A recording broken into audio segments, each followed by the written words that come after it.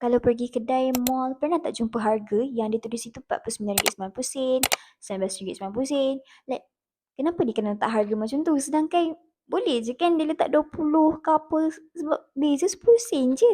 Actually benda ni adalah satu term dia dalam marketing which we call it as odd even pricing. Benda ni sebenarnya macam main otak lah, main psikologi. Bila kita letak harga yang macam tu, customer akan assume, okay, benda ni 40 lebih je, tak sampai 50 pun, so murah. But sekarang customer dah take aware tau pasal benda ni.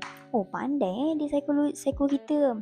So bila seller dah find out benda-benda macam ni apa semua, dia pun tukarlah strategi. So sekarang kalau korang perasan lah, diorang turunkan harga. Contoh harga asal dia maybe 32 ke 35, and then bila diorang nak murahkan sikit barang tu, diorang letak 28, 27.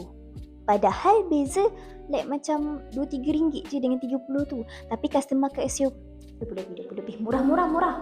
So kalau kata korang nak tahu lagi about odd even pricing tu macam mana, korang boleh baca dalam blog website kita orang, link dekat bio.